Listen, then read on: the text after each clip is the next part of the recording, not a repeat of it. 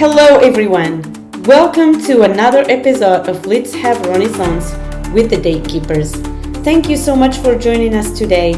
We hope you're enjoying your day wherever you are. I am Ito Otini. And I'm Makaya Otini, and today we're here with Joanne Mulcahy. Joanne is an essayist, biographer, ethnographer, anthropologist, folklorist, and educator.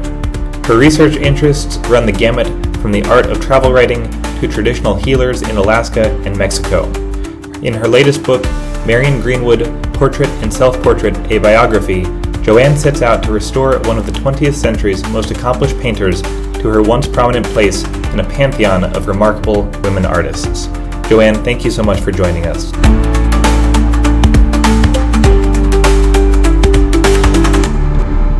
Thank you, Joanne. Can you please tell us a little bit about you and your work?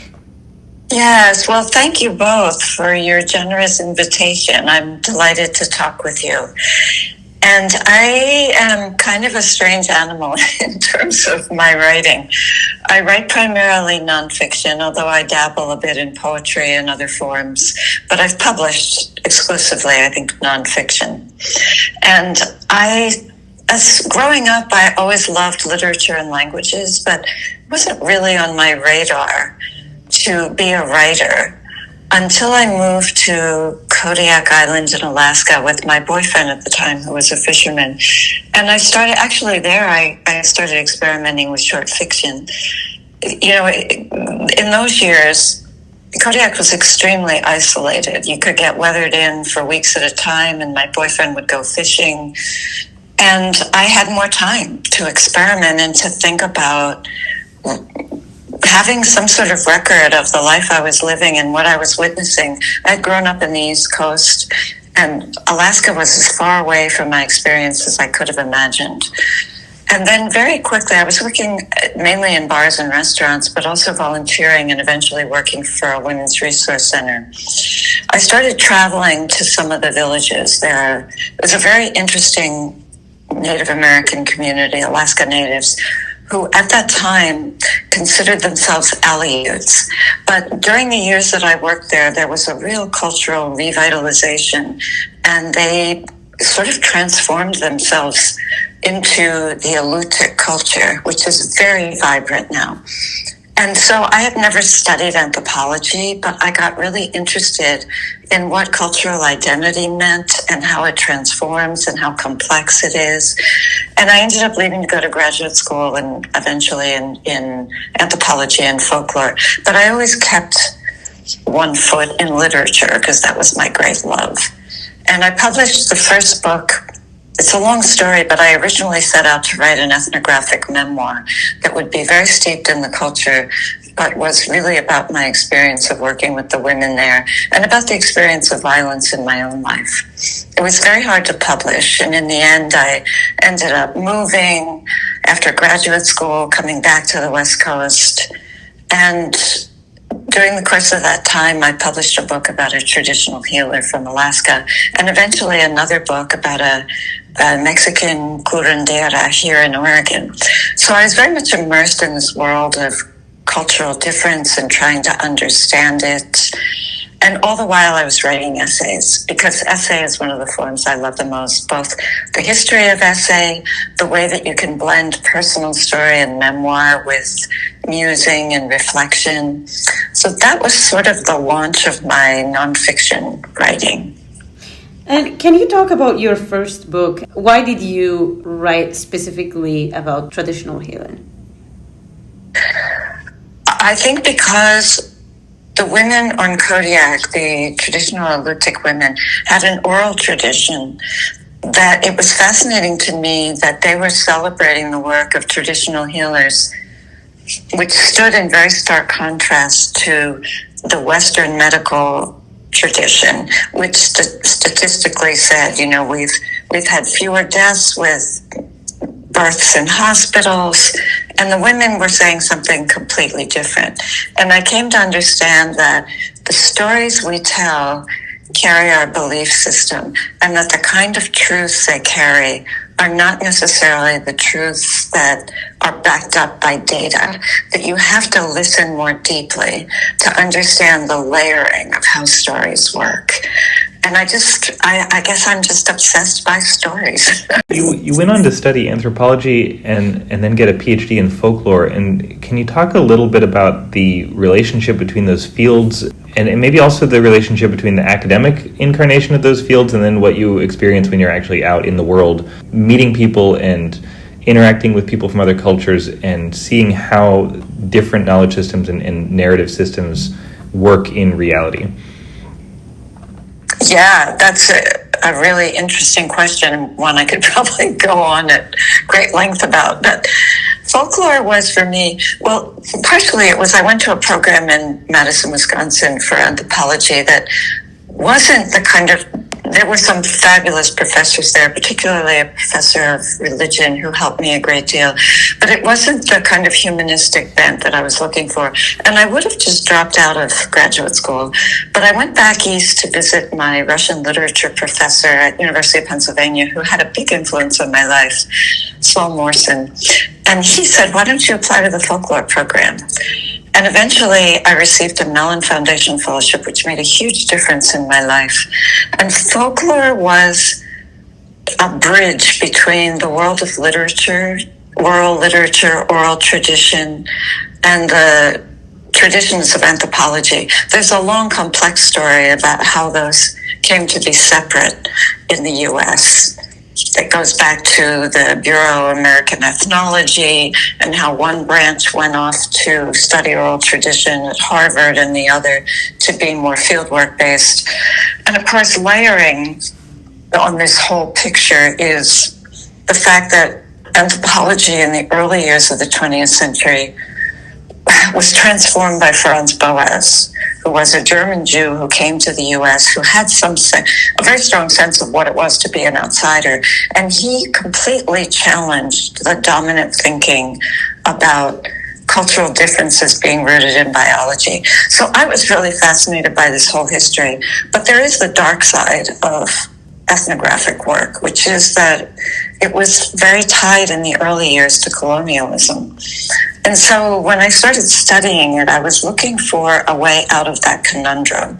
How do you, as an outsider, enter another culture with respect, with bracketing your own preconceptions, with trying to get at some kind of understanding of how people in another world experience their world?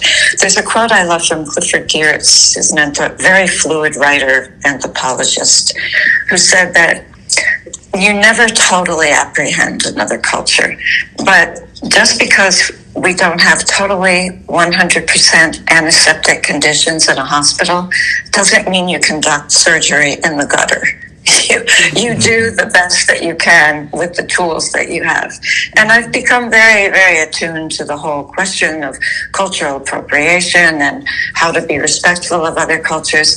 But I still believe that I had a teacher in grad school, Del Himes, who always said ethnography is the perfect tool for a democratic society. If we could all try to apprehend one another's cultures, we would be in far better position for true democracy. And the problem isn't that I don't think it's wrong to try to understand another culture. The problem is that some people have had access to power and other people haven't. Yeah. And I think also it's not wrong to try to understand another culture, but it is often wrong to believe that you have understood it.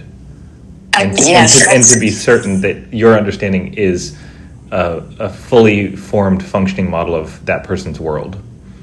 Absolutely. I think that's really a critical distinction, that there has to be a certain amount of humility and creating a voice in your writing so that you acknowledge that this is not the story, it's yours. And in the first two books that I wrote about Mary Peterson, the woman in Alaska, and Eva Castellanos, I used my own voice to say, this is how I experienced my time with these really extraordinary women, and to be humble about the frailties of any writer trying to understand another perspective. Yeah, well, I say that about a culture where I was born and raised. I am originally from Morocco, and I spent 28 years of my life there. And I always say I do not represent Morocco. This is my own life experiences. I write about the things that I have experienced, the things I've seen, but I am not, by any means representing the entire country. That's just, it's not something that I feel comfortable saying, and it's interesting to hear you, because for you it's actually a second culture. For me, I don't even feel comfortable with a first culture where I was born and raised. Yeah, I think that's true for all of us. We don't represent the totality of the places that we come from or the cultures that we come from. We represent some portion of that collective experience of shared understandings. But absolutely, I think that's very important. And I imagine it must be difficult if people expect you to be representing the whole culture. The representation is really difficult, and I think when we write, at least for me, that's knowledge, not representation. Yeah, that's a very important distinction too. I think your situation is really interesting because then you move to the U.S. where people have assumptions that you probably have to confront all the time. And yeah, well, I think it's something that I've wrestled with and have surely made mistakes and have tried in a minor way to compensate the women that I worked with by giving them half of the royalties from the books, meager as they are. Nobody's getting rich. But there is this whole, I think that I feel that I have to assume some position of responsibility for the history of how cultures, how people have entered other cultures and sometimes been extremely irresponsible. On Kodiak, the Czech anthropologist who founded the division of physical anthropology in the U.S., his name was Hrdlicka, he had taken human remains from the graveyards on Kodiak Island, and the elders in particular remembered him. So when the acronym is NAGPRA, when legislation was passed that required that those be returned to the villages, that was one of the most powerful moments in their history. So there is this whole sense of that you have to know the history that you're representing when you go in someplace as an anthropologist or a folklorist. But I've been, honestly, I think I'm very grateful for training as an ethnographer, but I've really moved into just thinking of myself as a writer. And one of the things that was interesting in going into writing a biography is how similar it is to doing ethnography. Only that rather than another culture, it's the past. The past is another culture. And you have to confront some of the very same issues. You mentioned also applying the tools of ethnography to your own cultural context. What does that look like in your writing and in your life? Yeah, I think, you mentioned my third book, which was called Writing Abroad, A Guide for Travelers. That book was inspired in part by my experience. My husband and I took students overseas for a semester to several different places. I taught at Lewis and Clark College for many years. And we took students to Ecuador, Australia, and Spain. We were in Sevilla in Spain. And I really wanted students to have a way of documenting and writing about their experience. I kept telling them, you're going to regret it when you're older if you don't do this. We think we will remember things and we never do. You have to really be disciplined about it. I mean, so now we've got selfies. That's not enough. Exactly. Is that not all we anything else? So true. But that was my original impetus. But one of the first things, I wrote that with a colleague and a friend, Peter Chilson. We had been in different parts of the world, and we thought it would be really good collaboration to get perspectives from a wide range of cultures. But the first part, I really wanted to document how to become an ethnographer in your own neighborhood, in your own city. And I had co-founded with one of my colleagues at Lewis and Clark a documentary studies program. And we began taking students around the city. And I also did this when I taught intro to anthropology at Lewis and Clark. I would divide the city up in quadrants and send students out to do ethnography, say in Northwest Portland or Northeast Portland. Put on the mindset of an anthropologist and look at your own world in a new way. And it's always extraordinary. We would take students from, say, a class that was predominantly middle class at Lewis and Clark and go downtown, and a friend of mine had started a project, a library on the back of her bicycle for people who lived on the streets, who were unsheltered. Wow, that's cool. It's a very cool project. It's called Street Books. And the students from my class would interview the patrons who were coming to check out books in the library. And it was eye-opening for them. I mean, this was their city. And they were being, it's so easy to have stereotypes about homelessness, people who are unsheltered. And here were people who were checking out everything from Aristotle to Louis L'Amour. They were readers. They were seeing them in an entirely new way. So I wanted people in the beginning parts of the book to start out by being ethnographers in their own culture and training themselves to see in new ways that they could then carry to an overseas experience. It's something I still try to do, but I have to remind myself because it's so easy to slip into the familiarity of our surroundings. There's a wonderful word from Russian. I think it comes from the Russian formalists. And it's something like ostarenia, which is to make I'm probably mispronouncing that, to make the familiar strange, to make it strange to us so we can see it in a different way. I mean, that's one of also in fiction, one of the I guess mandates might be too strong a word, but I've always appreciated the sensibility that part of what fiction is there to do is to render the familiar strange and the strange familiar. And I think that applies to any good writing, nonfiction as well. Absolutely. That's so true, that there's a way in which fiction wakes us up to the assumptions that we've had and ways of being in the world that we have to envision in other ways. I think also you're a little freer in fiction, but you've chosen to make nonfiction the center of your career, and you've chosen to put more constraints on yourself, more ethical constraints and more constraints that are dictated by the world. How do you feel about that choice, looking back on your career from where you are now? Yeah, that's a good question. I guess I've just always been drawn to the people around me and wanting to represent their experience in ways that no one would question whether it was true or not. I thought about this in writing the biography because I had a lot of difficulty getting material. There were a lot of roadblocks, and there's a reason that it took me 12 years. And it would have been so much easier to take on a historical fiction in writing about Marion Greenwood's life. But I didn't want people to say, oh, I wonder if this part is true. Of course, as you've pointed out in this interview and what we've talked about, is that my version of a nonfiction account is not quote unquote truth.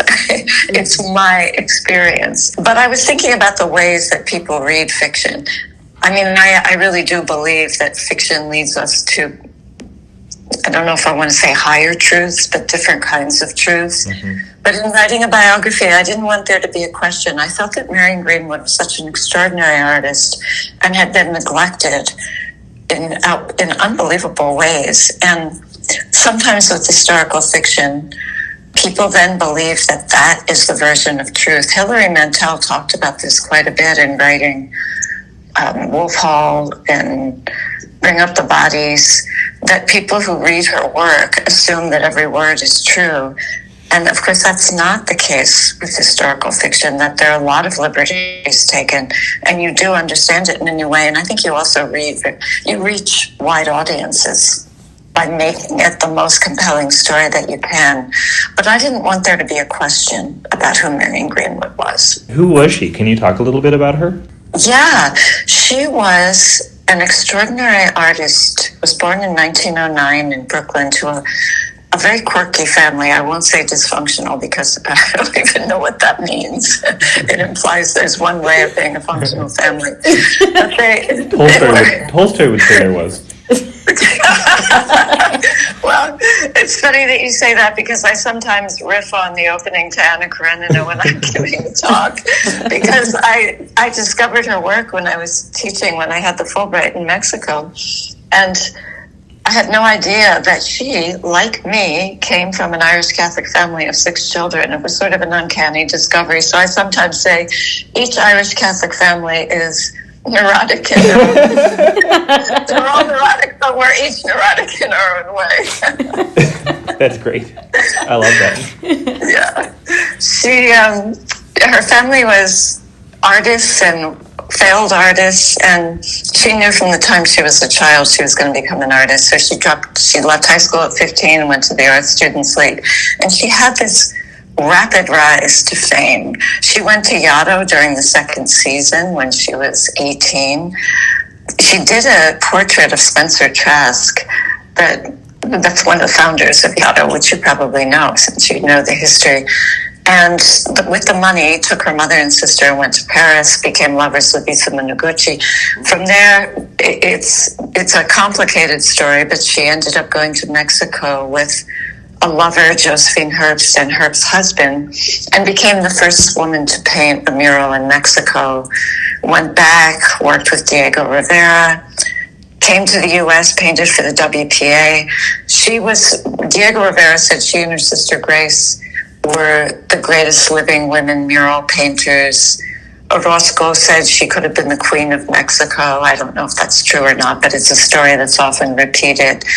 And she won critical acclaim through the 20th century. She was one of the most important women artists of the 20th century, and then was completely forgotten. I met very few people who had ever heard of her, and the one who had was an art historian. So I was just compelled by her story. And as I said, it took a long time to get the materials for complicated reasons. There was someone who was a collector who had borrowed the materials from the estate executor, but didn't give back the personal letters. And it was a long search that eventually led me to Ireland.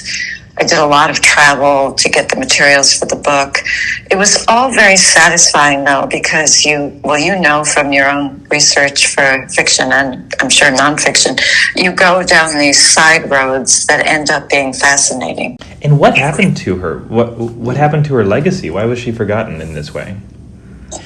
That's a complicated question that I always talk about when I'm giving lectures. One is gender, of course, that the whole history of art has neglected a lot of women, and that's been partially remedied in recent years. There's a great deal of attention to women artists, but going back to the mid-20th century, one of the classic texts for art history classes in the U.S. but was by E.H. Gombrich. First edition was 1950. There was not a single woman in it, not one. And in the 70s, there was an art historian who's quite famous for her feminist work, Linda Nochlin, who wrote an article called "Why Are There No Great Women Artists?" And that was the beginning of the deconstruction of what had happened to women in the history of art. And now there's a lot more attention. But somehow Marion Greenwood fell through the cracks, in part because she remained a realist and a portrait painter. This is something that I felt very connected to her about. She felt a need to go to other cultures for her sources of inspiration. And that work, of course, is charged in all the ways we've talked about with representation.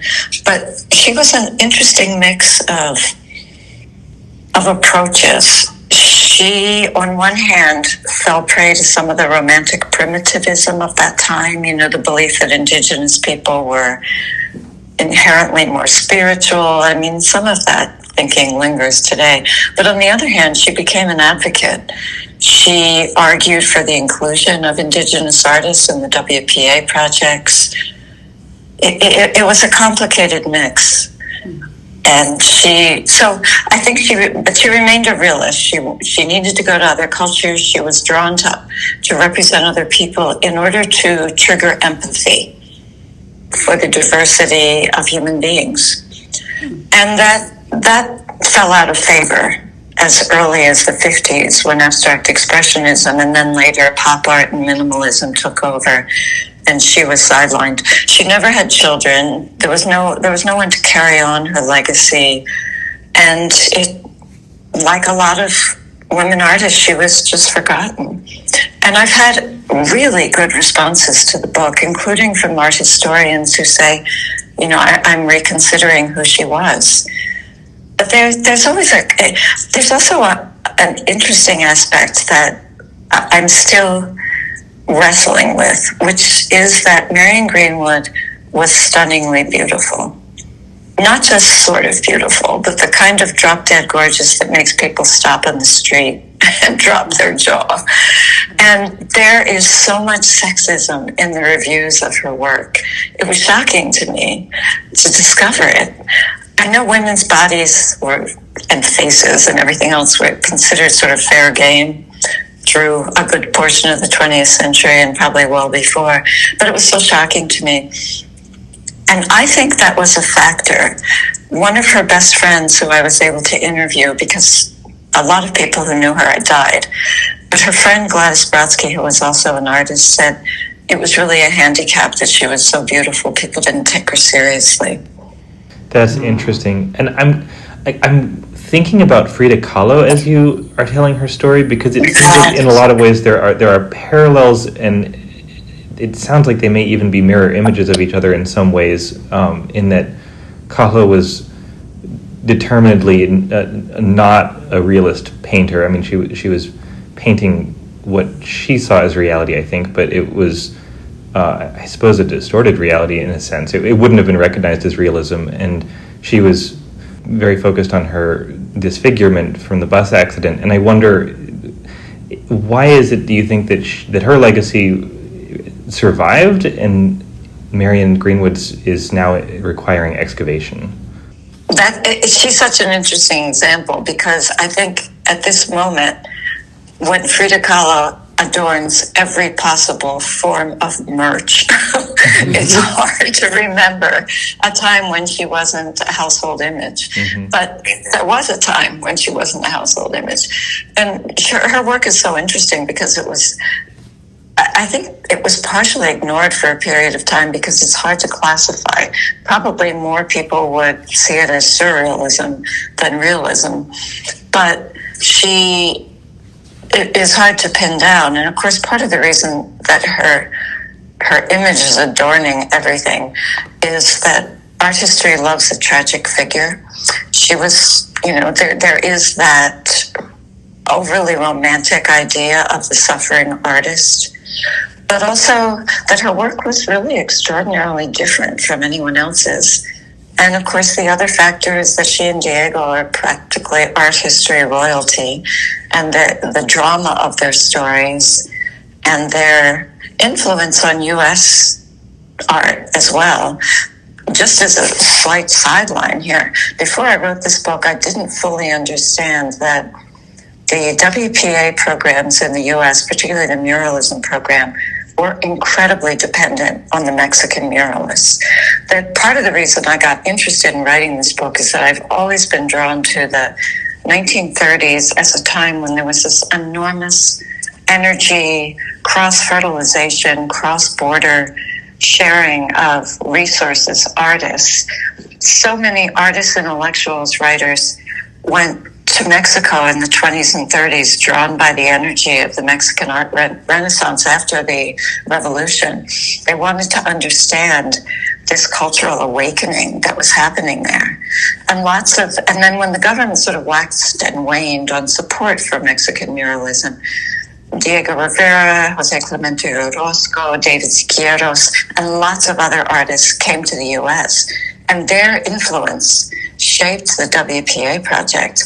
In fact, there's a very famous example. George Biddle, who was a good friend of Roosevelt's, went to Mexico in the early 30s and saw Diego Rivera painting. And he wrote a letter to FDR saying basically, we need a program like this.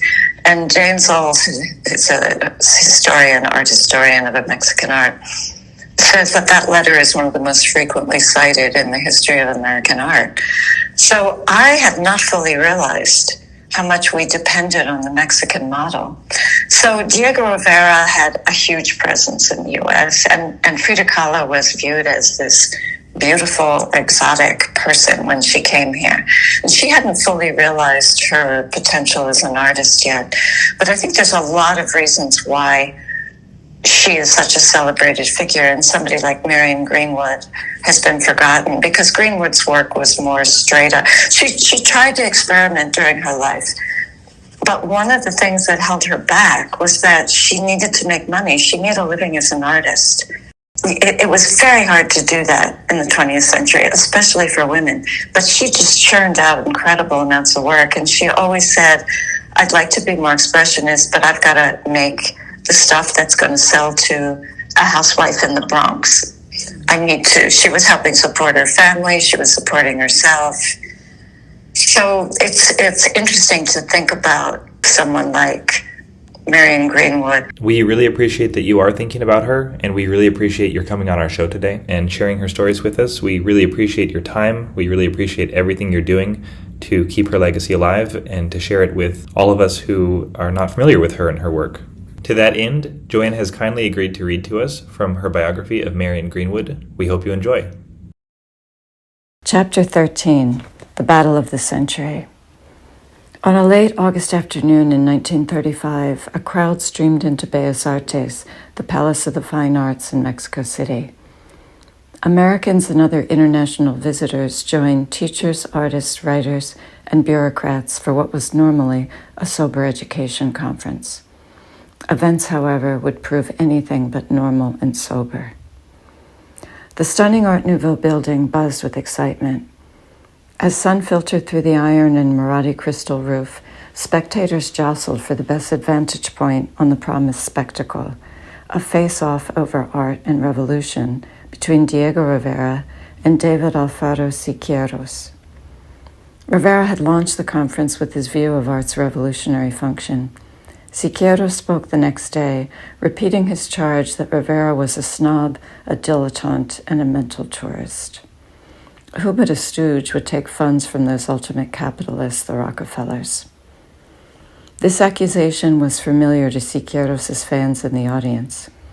Among them was journalist Emanuel Eisenberg, writing for the progressive New Masses. The U.S. Magazine had already published his attack on Rivera as a counter-revolutionary. Animosity between the two artists hinged on differing visions of communism.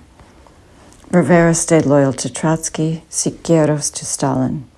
Still, no one expected events to turn as they did.